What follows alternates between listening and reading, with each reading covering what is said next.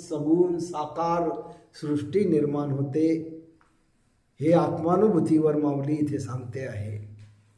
बीजाचाच वृक्ष होणे वा सुवर्णाचे अलंकार बनणे, तैसे माझे ठाई विश्व प्रकटणे जानबा अर्जुना. जसं एक लहानसं बीज असतं आणि त्या बीजातून प्रचंड वृक्ष निर्माण होतो.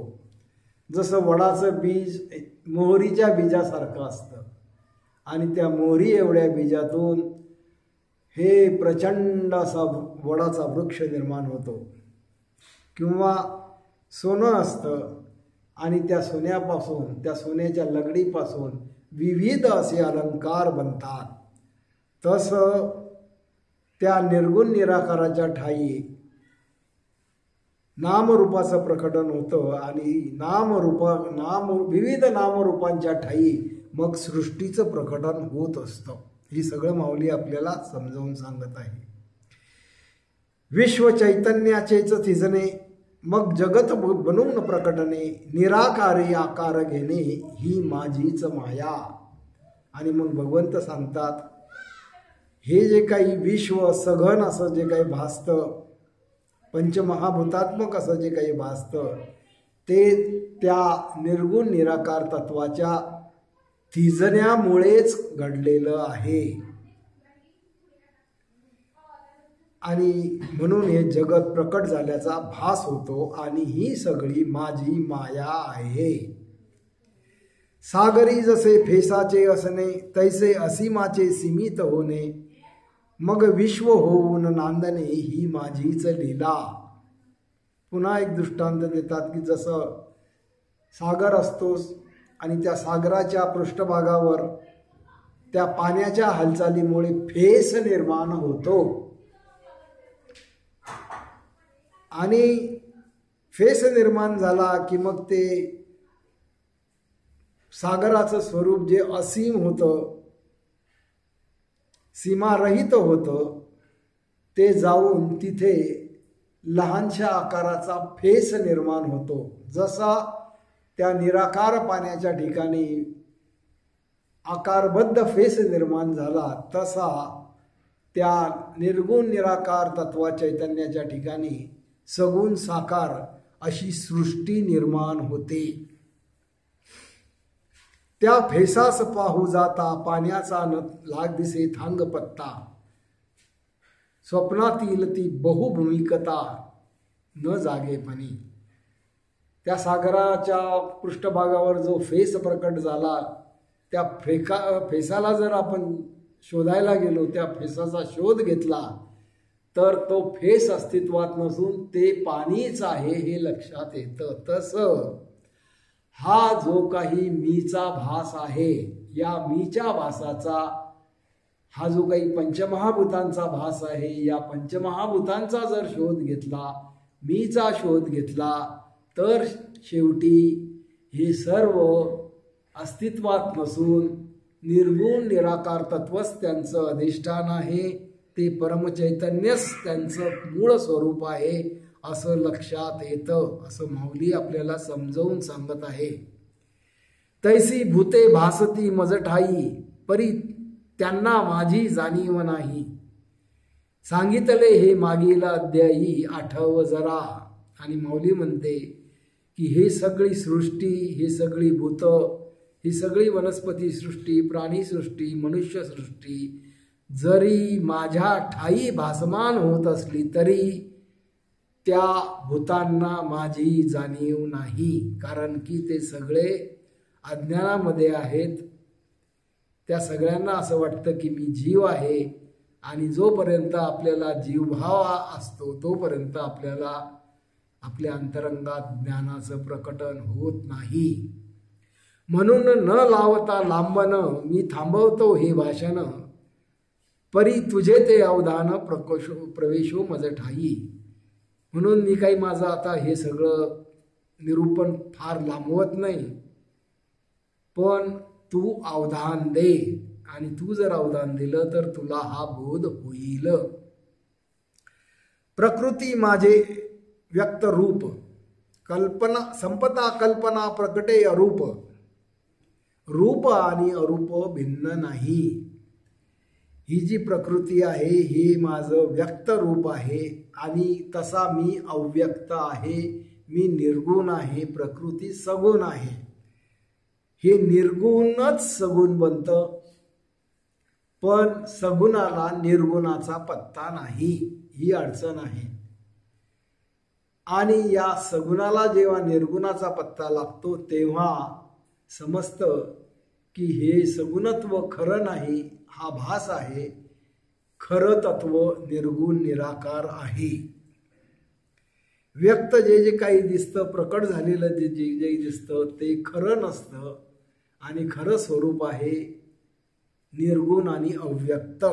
याचा बोध होणे हे अध्यात्म आहे. हा बोध होण्यासाठी हे सगळं इतके 18 अध्याय माऊलीने सांगितलेले आहेत. पण असं का होत नाही तर माऊली म्हणते, परंतु संकल्पाचे कारणे जीवबुद्धीचे प्रकटणे, मी माझेपणाचे जागणे तेची द्वैत. जीवाच्या ठिकाणी द्वैत असतं, त्या द्वैतामुळे मी आणि माझं पण जागतं. जीवबुद्धी प्रकटते, जीवबुद्धी वाढत राहते. त्या जीवबुद्धीत संकल्प विकल्प प्रकटतात आणि असे संकल्प विकल्प, इच्छा, कामना, विकार निर्माण झाले की भवचक्र हे कायमस्वरूपी प्रस्थापित होतं आणि जन्ममरणाच्या चक्रात जीव अडकून जातो आणि मग त्या जीवाला कधीही ज्ञान होत नाही. अशी ही अडचण माऊलीने इथे समजावून सांगितलेली. परंतु हे संपतं केव्हा याचंही वर्णन पुढच्या ओवीमध्ये माऊली करते. हे संकल्प जे दवा लोपती, मग प्रकटे अद्वैताची प्रचिती, रज्जू ठाई सर्पाची ती भीती लोप पावे. पण जेव्हा कोणीतरी सद्गुरू भेटतो आणि आपल्याला समजवतो की हे जे काही मन आहे, हे काही जे काही विचार आहेत, या ज्या काही कल्पना आहेत, या ज्या काही कामना आहेत, या ज्या काही इच्छा आहेत, हे जे काही विकार आहेत, या विकारांच्या आणि या मनाच्या आणि या विचारांच्या मुळेच आत्मबोध होत नाही. आणि मग असं सगळं समजवलं की मग आपली जी आसक्ती असते विचारांच्या ठाई, कामनांच्या ठाई, संकल्पांच्या ठाई, बुद्धीच्या ठाई, ते सगळं लोप पावतं. आणि मग हे संकल्प जे दवा लोप पावती, मग प्रकटे अद्वैताची प्रतीती. आणि अशा रीतीने जेव्हा हे विचार, कामना, हे अनुभव, हे द्वैत लोप पावतं, संकल्प लोप पावतात, तेव्हा अद्वैताची प्रचिती येते. आणि अशी अद्वैताची प्रचिती आली की मग आपलं स्वरूप आपल्याला लक्षात यायला लागतं, लक्षात येतं. एरवी मृतिका ती स्वयंभ, काय रांजन मडक्याचे निघती कोंब, ते तर कुंभार बुद्धीचे अंग आकार जैसा. पुन्हा आपल्याला माऊली समजावून सांगते की माती आहे, मृतिका म्हणजे माती, आणि ती स्वयंभू आहे, ती स्वतःहून पहिलेपासून प्रकट झालेलीच आहे. आणि ही जी काही माती जरी असली तरी त्या मातीतून रांजण आणि मडके हे काय आपोआप प्रकट होतात का म्हणे? हे रांजण आणि मडके प्रकट होण्यासाठी कुंभाराची बुद्धी लागते. आणि कुंभार बुद्धीतून रांजण आणि मडके निघतात. त्याप्रमाणे हे जे काही सृष्टी निर्माण झालेली आहे, ही सृष्टी ही मीपणामुळे निर्माण होते, मी माझ्या भासामुळे निर्माण होते. हे मीपण या सृष्टीला जन्म देते. जसे सागराचे ठिकाणी नसती लाटांच्या त्या खाणी, परी लाटांची ती दाटणी वाऱ्या कारणे. जसे सागराचे ठिकाणी नसती लाटांच्या त्या खाणी, परी लाटांची ती दाटणी वाऱ्या कारणे. जसा समुद्र आहे, त्या समुद्राच्या ठिकाणी काही नुसतं पाणी असतं, शांत असतं, तिथे लाटा काही नसतात. पण वारा व्हायला लागल्या की अगणित लाटा तयार होतात. असं वाऱ्यांमुळे जशा या लाटा तयार होतात तसं मीपणामुळे ही सृष्टी निर्माण होते. मीच्या भासामुळे, संकल्पामुळे, कल्पनांमुळे, बुद्धीमुळे, विचारांमुळे ही सृष्टी निर्माण होते. आणि मग ही एकदा सृष्टी निर्माण झाली की त्या भवचक्रात जीव अडकून जातो आणि या सृष्टीचं जे अधिष्ठान आहे, मूळ तत्व आहे, मूळ आहे, त्याची आठवण आपल्याला कधीही येत नाही. आपल्याला त्या तत्वाचा विसर पडतो आणि आपण या सृष्टीलाच आपलं स्वरूप समजतो, या शरीरालाच मी समजतो, या मनालाच मी समजतो, या इंद्रियांनाच मी समजतो आणि याच्यात गुंतून अडकून जातो. असं सगळे माऊली समजवते आहे. जसे कापसाच्या पोटी नसे कापडाची गोष्टी, परी होत असे नेसणाऱ्यासाठी कापूसच कापड. हे जे काही कापड आहे, हे कापड याचा जर आपण शोध घेतला तर शेवटी असं लक्षात येतं की हा सगळा कापूस आहे. परंतु या कापसापासूनच मनुष्याच्या बुद्धीमुळे कापड तयार होतं. तसं त्या निर्गुण निराकार तत्वाच्या ठाईच मीपणाचा जो आभास निर्माण होतो, त्या मीपणाच्या आभासामुळे ही सर्व प्राणीसृष्टी, वनस्पती सृष्टी आणि मनुष्य सृष्टी निर्माण होते. जे सर्व कल्पना सांडती तेथे भासाची होई समाप्ती, संपता द्वैताची दुर्गती अद्वैत प्रकटन. पुन्हा आत्मज्ञानाची गुरुकिल्ली माऊली इथे सांगते की जेव्हा सर्व कल्पना सांडल्या जातात, सर्व विकल्प सांडले जातात, विचार सांडले जातात, बुद्धी सांडली जाते, अनुभव सांडले जातात, या सर्वांशी तादात्म्य तुटतं, तेव्हा तेथे भासांची होई समाप्ती. तिथे हा जो द्वैताचा भास आहे तो भास समाप्त होतो आणि ही द्वैत ही दुर्गती आहे. ही द्वैताची दुर्गती थांबली, नाहीशी झाली, द्वैताचा निराश झाला की तेथे अद्वैत प्रकटन होतं.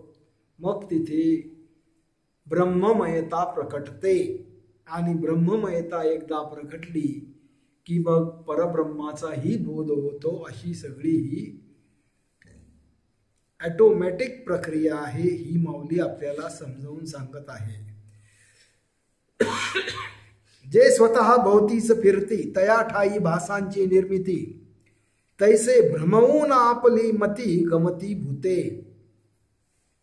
आणि हा सगळा जो भास निर्माण होतो, हा भास निर्माण होण्याला ही भूतेच स्वतः कारणीभूत आहेत, हे जीवच कारणीभूत आहेत.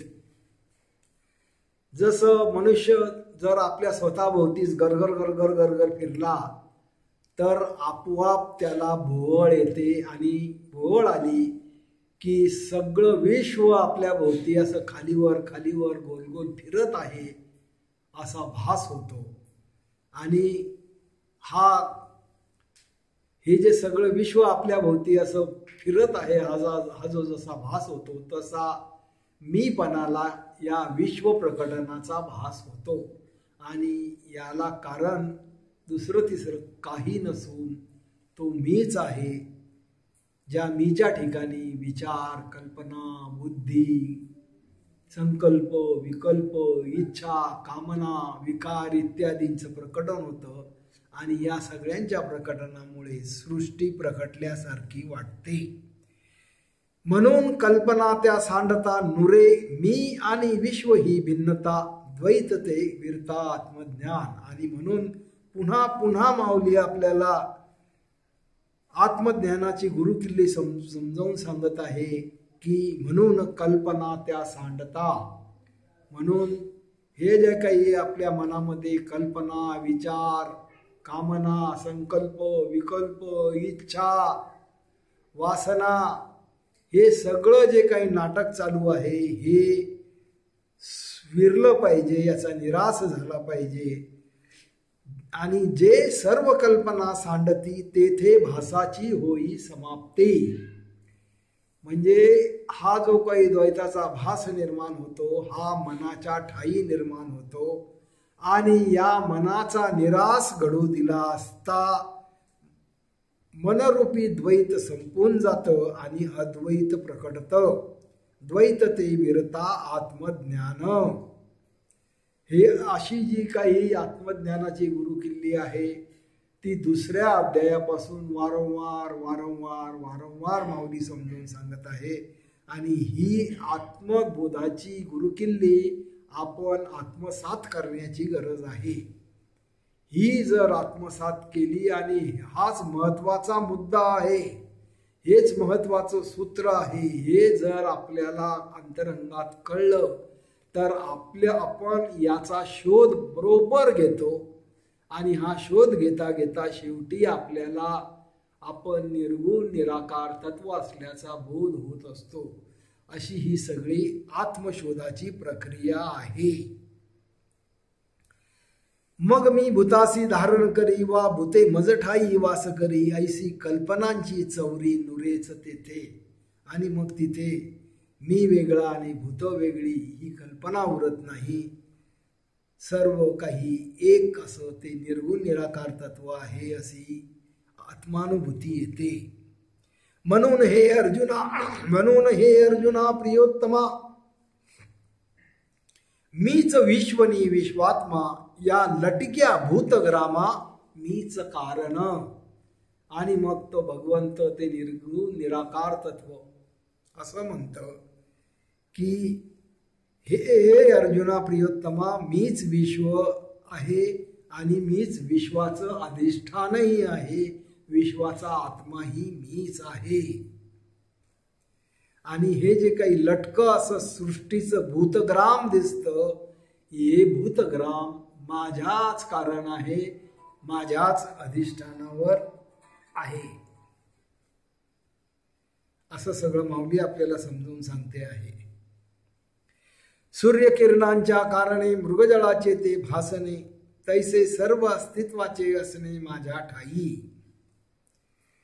जसं मृगजळ हे सूर्यकिरणांमुळे निर्माण होतं आणि सूर्यकिरण ही सूर्यापासून निघतात, तसं ही सृष्टी त्या निर्गुण निराकार तत्वापासून प्रकट होते असं माऊली आपल्याला सांगत आहे. मीच अस्तित्वाचा निर्माता, मी आणि अस्तित्वता ही अभिन्नता. जशी सूर्याशी किरणांची एकता तैसेच आहे. जसं सूर्याचे किरण आणि सूर्य हे भिन्न नसतात, तसं हे अस्तित्व आणि मी भिन्न नाही. तसं या चार अवस्था ही पंचमहाभूत आणि ते निर्गुण निराकार तत्व भिन्न नाही. ऐसे माझे ऐश्वर्यपण सांगितले तुवा लागून, त्या अभिन्नतेस तू जाणून सुखिया होसी. आणि असं हे जे काही माझं ऐश्वर्यपण आहे मी तुला सांगितलेलं आहे, आणि या माझ्या ऐश्वर्यास, या माझ्या अभिन्नतेस तू जाणून सुखी हो, दुःखमुक्त हो. असा सगळा उपदेश इथे माऊली आणि भगवंत करतायत. सर्व अस्तित्व मजपासून प्रकटले, सर्व अस्तित्व प्रकटले मजपासून, अस्तित्व आणि मी अभिन्न, ऐसे होणे ज्ञान मोक्षदायी. आणि असं जर समजलं की हे निर्गुण आणि सगुण वेगळं नाही आणि निर्गुणातूनच सगुण निर्माण झालं, सगुणाच्या ठिकाणी जीवभास निर्माण होतो. आणि जोपर्यंत जीवाचा निराश होत नाही, म्हणजे सगुणाचा निराश होत नाही, तोपर्यंत निर्गुणाचं ज्ञान होत नाही. आणि निर्गुणाचं ज्ञान झाल्याशिवाय ही एकरूपता समजत नाही. म्हणून नुसतं तोंडाने निर्गुण तेच सगुण, सगुण तेच निर्गुण असं बोलून काहीही होत नाही. प्रत्यक्ष अंतरंगामध्ये सगुणाचा निराश अनुभवावा लागतो. सगुणाचा निराश म्हणजे पंचमहाभूतांचा निराश. सगुणाचा निरास म्हणजे चारही अवस्थांचा निरास. जागृती, स्वप्न, सुषुप्ती, तुर्या यांचा निरास म्हणजे सगुणाचा निरास. आणि तेव्हा ती अभिन्नता समजते. आणि असं हे सगळं अभिन्नपण समजणे याला ज्ञान असं म्हणतात. गगन जेवढा भासे तेवढाच गगनी पवन असे, हलविल्या वेगळा दिसे एरवी गगन पवन अभिन्न. जसं हवा जर शांत असली, वारा वाहत नसला, तर गगन आणि पवन हे अभिन्न असतात. तसं सगुणाचा निराश झाला की मग निर्गुणाची अनुभूती येते आणि मग तेव्हा समजतं की निर्गुण आणि सगुण अभिन्न आहेत. निर्गुणच सगुण आहे आणि सगुणच निर्गुण आहे. पण निर्गुणाची अनुभूती येण्यासाठी सगुणाचा निराश व्हावा लागेल, सगुणाशी तादात्म्य तुटावं लागेल. आज नेमकी उलटी परिस्थिती झाली आहे. सगुणाशी तादात्म्य निर्माण झालेलं आहे, सगुणाची आसक्ती निर्माण झालेली आहे. आकारामध्ये माणसं अडकून गेलेली आहे, मूर्तीमध्ये आणि प्रतिमांमध्ये माणसं अडकून गेलेली आहेत, शब्दांमध्ये माणसं अडकून गेलेली आहेत, नाम जपामध्ये अडकून गेलेली आहेत, प्रार्थनेत, पूजेत आणि स्तुतीमध्ये माणसं अडकून गेलेली आहेत. आणि असं सगुणात जे मन अडकलेलं असतं अशा मनाला बोध कधीही होत नाही असं माऊलीला सांगायचं आहे. आणि हे सगळं सांगण्यासाठी माऊली आपल्याला विविध प्रकारे हे सगळं सांगत आहे. गगन जेवढे भासे तेवढाच गगनी पवन असे, हलविल्या वेगळा दिसे एरवी गगन पवन भिन्न. तैसे कल्पिता भास होई मग अस्तित्व प्रकटन मज ठाई, जे मन निर्विकल्प होई तया ज्ञान माझे. असं आपल्या मनाच्या ठाई आपण काही कल्पना केल्या, काही विचार केल्या, काही मान्यता निर्माण केल्या, काही विश्वास निर्माण केला, काही श्रद्धा निर्माण केल्या, तर त्या श्रद्धेनुसार, त्या कल्पनानुसार, त्या मान्यतानुसार, त्या विश्वासानुसार आपल्याला अनुभव येतो. आणि आपल्या सर्व कल्पना, मान्यता, विश्वास आणि श्रद्धा या सगुण असतात. आणि मग सगुण त्या असल्या की आपल्याला सगुणाचाच अनुभव येतो, निर्गुणाचा अनुभव कधीही येऊ शकत नाही. कारण आपण सगुणात आसक्त होऊन जातो. आणि एकदा सगुणात आसक्त मनुष्य झाला की त्याला कधीही ज्ञान होऊ शकत नाही असं माऊलीला स्पष्ट करायचं आहे. आणि ज्ञान होण्यासाठी हे जे काही आपण विश्वास, कल्पना, श्रद्धा, मान्यता आपल्या मनामध्ये आपण कोरून ठेवलेल्या आहेत, त्या सर्व मान्यता, ते सर्व विश्वास, त्या सर्व श्रद्धा आपल्याला सोडून द्याव्या लागतील, त्या पुसवून टाकाव्या लागतील, त्यांचा फोलपणा समजून त्या सोडून द्याव्या लागतील. आणि असं जर घडलं तरच मन निराश होऊ शकतं. कारण या कल्पना, या विश्वास, या श्रद्धा हे दुसरं तिसरं काही नसून त्या मनाचाच भाग आहे. आणि मन हे उपाधी आहे. म्हणजे आपल्या कल्पना, आपले विश्वास आणि आपल्या श्रद्धा या सगळ्या उपाधी आहेत. आणि या उपाधींमुळे ज्ञान होत नाही. श्रद्धा सोडाव्या लागतील, सर्व श्रद्धा सोडाव्या लागतील, सर्व विश्वास सोडावे लागतील आणि सर्व मान्यता सोडाव्या लागतील. आणि आपल्याला हे जे काही अज्ञानी गुरु आहेत ते तर सांगतात की विश्वास करा, मान्यता मनात निर्माण करा, श्रद्धा ठेवा, श्रद्धा वाढवा. आणि असं सगळं हे चुकीचं मार्गदर्शन आपल्याला झाल्यामुळे आपण मान्यता, कल्पना, विश्वास आणि श्रद्धांमध्ये अडकून गेलेलो आहे. आणि गुण आकारात अडकलेलो आहे, मूर्तीत अडकलेलो आहे. सगुणात अडकलेलो आहे आणि म्हणून आपल्याला निर्गुणाचा बोध कधीही होत नाही आणि आपण आपलं आयुष्य दुःखात, चिंतेत आणि काळजीमध्ये व्यतीत करतो. असं एक दुर्गती आपली सगळी झालेली आहे. चुकीच्या मार्गदर्शनामुळे ही परिस्थिती आजच होती असं नाही, ती परिस्थिती माऊलीच्याही काळात होती आणि म्हणून माऊलीला ही गरज वाटली की ही जी काही जनता आहे, हे जे काही दुःख भोगत आहे, या दुःखाचं कारण यांच्या मान्यता, यांचे विश्वास, यांच्या श्रद्धा आहेत आणि जोपर्यंत या मान्यता, या श्रद्धा आणि हे विश्वास निराश पावत नाहीत, संपत नाहीत, तोपर्यंत या जीवाला तृप्ती येणार नाही, ती परब्रह्मता उमजणार नाही आणि जीवाची दुःखातून सुटका होणार नाही. असं सगळं माऊलीला माहीत आहे आणि म्हणून माऊली हे आपल्याला समजवून सांगत आहे. हा सर्व अध्याय जो आहे ना, हा सर्व अध्याय याच गोष्टीसाठी दिला आहे.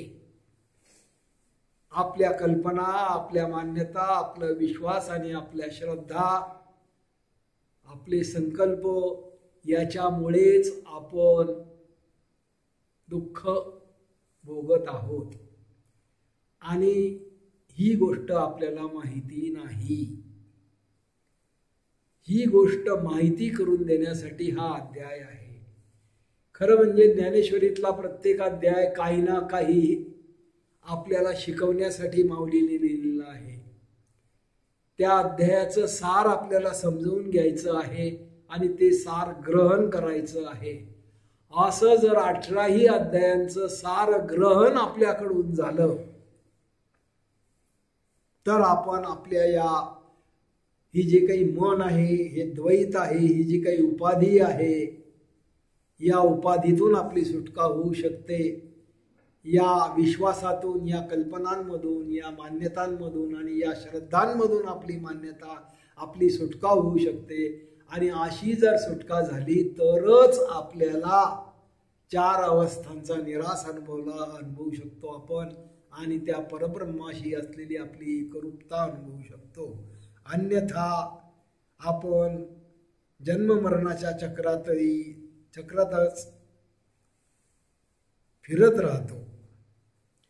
आणि म्हणून या कल्पनामुळे आभास निर्माण झालेला आहे.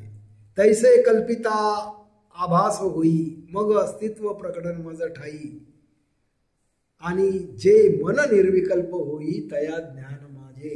आणि मग ज्या मनाच्या लक्षात येईल की आपली मन हेच खरी उपाधी आहे, आपलं मन, आपल्या कल्पना, आपले विचार, आपल्या मान्यता, आपली श्रद्धा, आपले विश्वास हीच खरी अडचण आहे. आपल्यावर झालेले संस्कार, आपली संस्कारबद्धता, आपली परंपरा, आपले गुरु, हे सगळे अडचण आहेत आणि या सर्वांनी आपल्याला बंधनात ठेवलं आहे. असा बोध ज्या जीवाला होईल तो जीव आपोआप यांचा नाद सोडून देतो. आणि असा नाद सोडून दिला या गोष्टींचा की आत्मज्ञान आपोआप होतं. कारण मनाचा नाद सोडलेला असतो आणि जो जीव मनाचा नाद सोडू शकतो तेथे सर्व उपाध्यांचा निराश होतो आणि सर्व उपाध्यांचा निराश झाला की ते निरुपाधिक तत्व आपल्या अंतरंगात प्रकटतं. पण हे सगळं होण्यासाठी आपल्याला माऊली सारख्या व्यक्तीचं मार्गदर्शन घ्यावं लागेल. ज्ञानेश्वरी नीट समजवून घ्यावी लागेल. अमृतानुभव नीट समजवून घ्यावा लागेल. चांगदेव 65 नीट समजवून घ्यावी लागेल. उपनिषद नीट समजवून घ्यावी लागतील. आणि जे काही आपले संत होऊन गेलेले आहेत ते संतांची वचनं आपल्याला समजून घ्यावी लागतील. जे काही निर्गुणाविषयी संत बोललेले आहेत ते सर्व आपल्याला आकलन करून घ्यावं लागेल. आणि असं आकलन करून घेतलं तरच त्या परब्रह्म तत्वाचं प्रकटन आपल्या अंतरंगात होऊ शकते. म्हणून असणे आणि नसणे दोन्ही कल्पनांकारणे, कल्पने कारणे लोपने प्रकटणे माया अर्जुना. असं हे जे काही असणं आणि नसण्याचा भास आहे, या सगळ्या कल्पना आहेत, हे सगळं मन आहे. आणि या मनामुळेच हे सगळं जन्म मरणाचं नाटक घडतं. या विचारांमुळे, या इच्छांमुळे, या कामनांमुळे, या विश्वासामुळे, या मान्यतांमुळे, या श्रद्धांमुळेच जन्म मरणाचं नाटक सुरू आहे. आणि हे जर समजलं तर आपल्याकडून या कल्पना, हे विश्वास, या श्रद्धा, या मान्यता, हे विचार, या इच्छा कामना, हे संकल्प विकल्प, या सर्वांचा त्याग घडतो. समजेतून त्याग घडतो. त्याग करावा लागत नाही. त्याग समज आली की त्याग आपोआप घडतो. जसं एखादी बाटली आहे आणि त्या बाटलीमध्ये विष आहे असं जर समजलं तर आपण त्या बाटलीतला तो पदार्थ, ते द्रव कधीही सेवन करत नाही. तसं हे मन, हे विचार, या कामना, या इच्छा, हे संकल्प, हे विकल्प, हे विश्वास, हे त्रिगुण, या श्रद्धा, या मान्यता, हे सर्व आपलं अहित करणारं आहे असा बोध ज्या मनाला होतो त्या मनाकडून मनाचा त्याग होतो. म्हणजे या सर्व कल्पनांचा, मान्यतांचा, विश्वासाचा आणि श्रद्धांचा त्याग होतो. आणि अशा रीतीने संपूर्ण मनाची उपाधी विरते. म्हणजे पंचमहाभूतांचा निराश होतो. म्हणजे चारही अवस्थांचा निराश होतो. चारही देहांचा निराश होतो. चारही वाचांचा निराश होतो. चारही कोशांचा निराश होतो. चारही कॉन्शियसनेसचा निराश होतो. आणि शेवटी त्या निर्गुण निराकार तत्वाची अनुभूती निर्गुण निराकार तत्वाला येते. आणि निर्गुण निराकार तत्व हेच शाश्वत चिरंतन असल्याची अनुभूती आणि खात्री पटते. हे सगळं ध्यानामध्ये घडतं. आणि हे सगळं घडल्यानंतर कुणाच्याही सर्टिफिकेटची गरज नसते. ती तुमची अप्रोक्ष आणि प्रत्यक्ष अनुभूती असते. अशी सगळी अनुभूती सगळ्या जीवांना यावी म्हणून माऊलीने हा ग्रंथ लिहिला आहे. आणि हे सगळं आपल्याला समजवून आपल्याला अज्ञानातून बाहेर काढण्याचा प्रयत्न माऊली करत आहे. पण आपण इतके बेहोश आणि असजग असतो की आपण इतक्या वेळा ज्ञानेश्वरी वाचली पण आपण काही आपल्या विश्वासातून, मान्यतातून आणि श्रद्धातून सुटायला तयार नाही. आपण इतके जड बुद्धीचे आणि मूढ झालेलो आहोत म्हणून आपल्याला आत्मबोध होत नाही. ही आपली चूक आपल्या लक्षात आली तर ही चूक सुधारली जाऊ शकते. आणि ही चूक आपणच केली असल्यामुळे ती आपल्यालाच सुधारावी लागेल. माऊली फक्त ती चूक आपल्याला दाखवू शकते. माऊली ती चूक, त्या चुकीचा निराश नाही करू शकत. ती चूक संपवू नाही शकत. कारण ही चूक आपण निर्माण केलेली आहे. आपल्यामुळे ही निर्माण झाली आहे. आणि आपली चूक आपल्यालाच निस्तारावी लागेल. आणि आपणच जर आपली चूक निस्तारली तरच आपल्याला आत्मबोध होतो. इतका हा अर्थ या ओव्यांचा आतापर्यंतचा आहे. आणि याच्या पुढेही आपल्याला या अज्ञानातून बाहेर काढण्यासाठी माऊली खूप जबरदस्त प्रयत्न करणार आहे. हा 9वा अध्याय आपल्याला अज्ञानातून बाहेर काढणारा आहे. जर आपण संवेदनाक्षम असू तर, आपण जर बथ्थड असलो तर या माऊलीच्या ओव्यांचा काहीही परिणाम आपल्यावर होणार नाही. यंत्रवत यंत्रासारखं ज्ञानेश्वरीचं पारायण केल्याने काहीही होत नाही. ज्ञानेश्वरी समजवून घ्यावी लागेल, एक एक ओवी समजवून घ्यावी लागेल, एक एक शब्द समजवून घ्यावे लागेल आणि एक एक शब्दाच्या मागे माऊलीच्या मनातला काय भाव आहे, माऊली काय समजवून देऊ इच्छिते, हे सगळं आपल्याला उमजून घ्यावं लागेल आणि त्यानुसार आपलं आचरण आपल्याला बदलावं लागेल. आपलं मन आपल्याला बदलावे लागतील. आपले विचार, आपल्या कल्पना, आपल्या मान्यता, आपले विश्वास, आपल्या श्रद्धा या सगळ्या बदलल्या पाहिजे. जे चुकीचं आहे ते सर्व निराश झालं पाहिजे आणि जे योग्य आहे, संतांनी जे सांगितलं आहे खरोखर तसं आपलं मन झालं पाहिजे. निरीच्छ आणि निर्विकल्प, असं निरीच्छ आणि